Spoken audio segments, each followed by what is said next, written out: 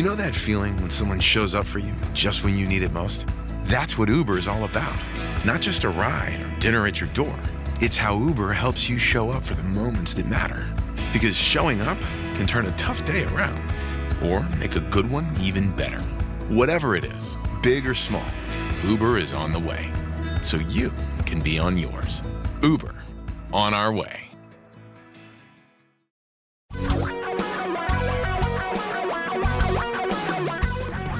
Reality radio for a really great future. We're talking real money. Merry Christmas. Happy Hanukkah. Welcome to Talking Real Money Daily. I'm Don McDonald. This will be a short week of podcast. Just want to let you know. It's a holiday week, so and we did not have a live show on Saturday, which turns into two of the week's podcast because we were preempted by a football game. So this is going to be a short holiday week. So go back and listen to some of the old podcasts or go to Talking Real Money and watch some of our videos. But we've got a lot of great information we can share with you there and at Real Investing Journal. So there's plenty of stuff to do over the holidays. Plus, enjoy your family. And remember, you can call your questions in anytime at 855-935-8255, 855-935-TALK. I am Don McDonald. Thanks for listening. Please spread the word. Tell everybody you know, because the more the merrier in this case, particularly with a podcast. Okay? So this short edition, we had a couple of things. One, I have something I want to share with you that just fascinated me. I think I'd read about it a long, long time ago, but had forgotten. So I'm going to share an interesting story. Found a couple of different stories about this same thing, and we're going to take a phone call. So that's going to be the extent of today's podcast. So let's start with the interesting story, and the impetus for this, of course, comes from the Wall Street Journal, an article by Jason Zweig entitled "The Fund That Does a Lot by Doing Nothing." Yeah, literally, there's a fund out there that does nothing. Not a thing. 1935, they bought a portfolio of stocks that included things like American Radiator, the Saucony Vacuum Company, or Saucony Vacuum Oil Company, Union Carbide, Westinghouse Electric, Woolworth, etc. They bought 30 stocks, and they just held them. They did nothing. Two of them ended up totally worthless, the Pennsylvania Railroad and basically Sears. But the rest, some got purchased by Warren Buffett, others merged with other companies. For example, Foot Locker's in the portfolio. Well, it used to be F.W. Woolworth, the company that had Woolworth stores. And what was the Woolworth Kmart iteration? They were one of the first to do a Walmart type store. Oh, it's called Woolco. Woolco. That will certainly date you if you remember Woolco's, as it's dating me right now. I remember shopping at a Woolco. Ooh, I'm old. So this fund has been around since 1935. They've never bought or sold a single blasted thing. And yet they've returned, on average, through the end of November, 11% per year, which is about 0.6% more than the S&P 500. Now, that doesn't say that they were brilliant. What that says, here's what this story tells you. That the concept of buying and holding, if you buy and you hold long enough, because winners tend to they outnumber losers, because markets tend to go up more than they go down. If you hold something long enough, when you're investing in business, you eventually make money. But it was a scary ride along the way. Yet, there's one little flaw in this fund. It originally started, it was called the Corporate Leaders Trust. And it's been purchased along the way by different companies. And it's currently owned by one of my personally least favorite financial firms, and that's Voya. I just think they overcharge people, that they don't sell great products. But this is one of their funds. It's the Voya Corporate Leaders Fund. And this article by Jason Zweig says their annual management fees are fairly low. Yeah, because they don't manage it. Why? They shouldn't have any management fee. They should have a tiny expense for sending out statements. But their management fee is almost 0.6%. Put that in perspective. The Vanguard Total World Stock Index Fund charges 0.1%, and they actually do a little something. They're changing the portfolio from time to time. This one is 0.59%.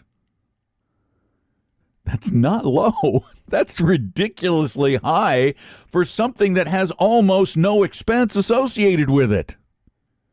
Not a great deal. Not a great deal. But who would have known a bunch of stodgy old companies like Union Carbide and the Atchison, Topeka, and Santa Fe Railroad would have lasted so long in one iteration or another? Just goes to show buy and hold has actually worked. Just requires the patience of Job.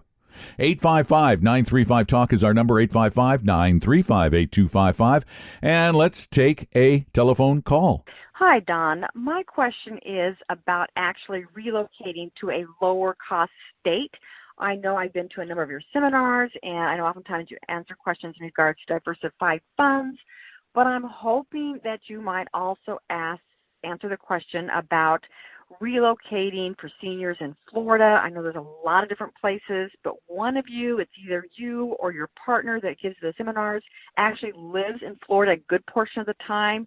So it may just be a factor that you have family in Florida, but as far as I'm sure there's information maybe online and stuff, but your personal preference as to why you chose or your partner chose that spot in Florida. I know it's a tax-advantaged state.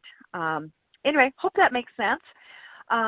It's a big decision, relocating for cost savings. We don't have family anywhere, so we can move wherever. We're thinking Florida, possibly Arizona, but probably Florida.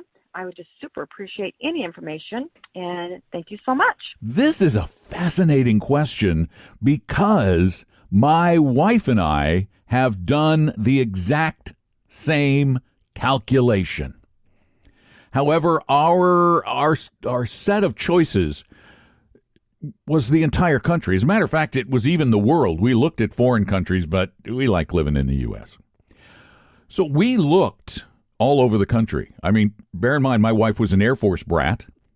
I have just my mother was a traveling saleswoman, so we were all over the place. And so neither of us were really bound to any one location. I spent most of my life in Colorado. She spent her formative years in Maryland because her father was in the Air Force and then worked for NOAA. But we really didn't come from anywhere.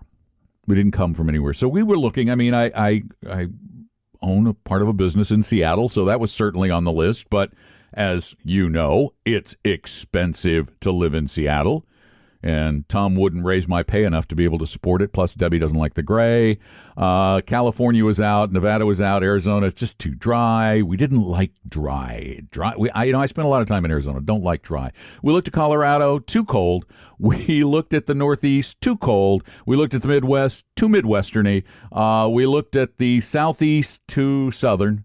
In fact, the only reason we're in Florida, not because we chose it, but because when I was doing my national radio show, Disney gave me the opportunity to do it from their studios, and they would pick up all the costs of the show, which was terrific.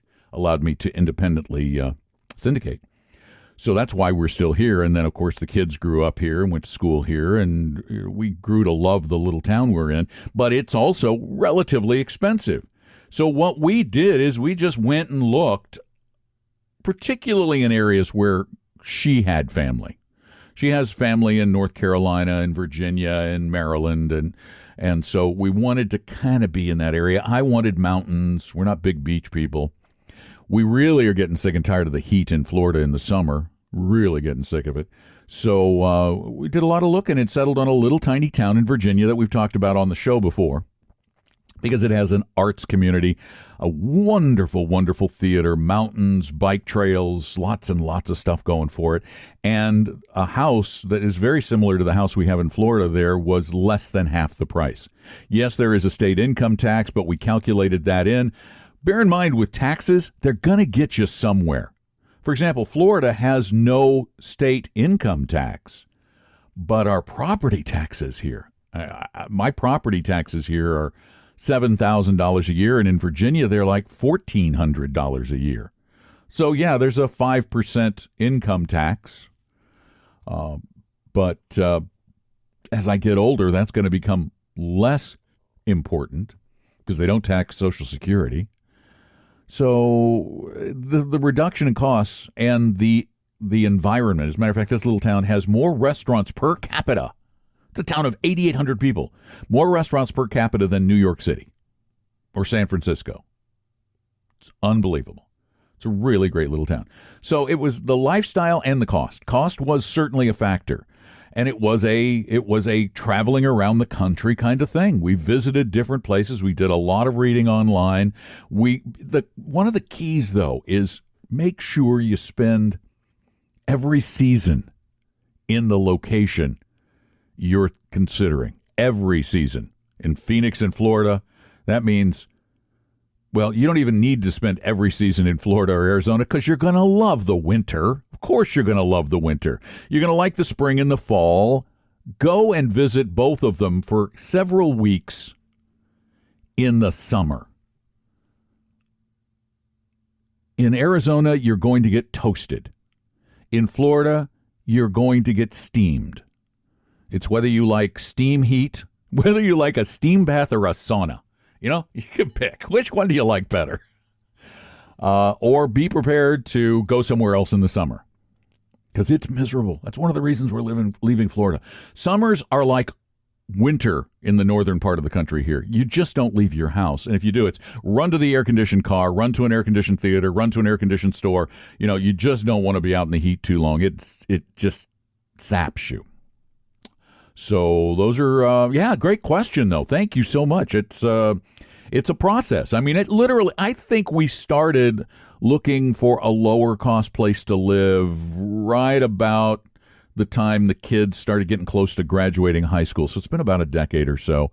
And it took us that long to make that determination because we figured it was such an important decision. And to this day, we're not 100% sure we made the right one. We haven't moved to Virginia yet. We're going to probably be here for another 6 to 8 months as our full-time residents, but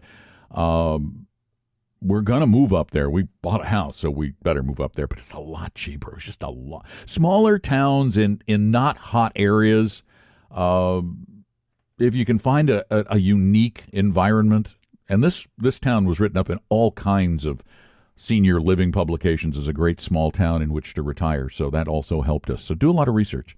Thanks for the call. You all can call 855-935-TALK anytime, 24 hours a day, 7 days a week, and leave your question.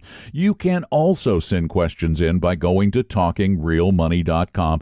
Click on the contact form. Type up your question. We'll answer them on future podcasts. I don't know how many podcasts I'm going to do this week because on Christmas Day, I'm going up to see my recently widowed mom. And I don't know what I'm going to do. I'm going to do some work while I'm there. I just don't know how much until I actually get there. So if I don't talk to you again before Christmas, which I expect to do, have a Merry, Merry Christmas, a wonderful Hanukkah, I'll probably talk to you before the new year, but if not, a terrific new year. And thanks for joining us here on this program. And thank you for your loyalty, your kind notes, your comments, your subscriptions on Apple Podcast, and particularly for spreading the word. That's a great thing you could do this holiday season. Say, hey, everybody, listen to this podcast. It is truly helpful, because that's our goal, to be truly helpful. Have a great holiday. Thanks for listening. I'm Don McDonald. Talking real money. We hope you you realize that the information provided on Talking Real Money is for educational and hopefully enjoyable purposes only. Providing personalized financial planning or investing advice takes time, so please consult with a really good fee-only fiduciary investment, tax, or legal advisor. We know a good one. Investing must always involve risk. In other words, you can and probably will lose money at times. Also, as much as you want it, no one can accurately, consistently predict the future. So past performance doesn't tell you a darn thing about what the future will bring. Unlike many other programs that say something similar, Talking Real Money is not trying to get you to buy or sell any financial products or securities. Instead, the program is provided as a public service by Vestry, a fee-only registered investment advisor. Thanks for listening, and please visit TalkingRealMoney.com for more information and disclosures. Are we done now?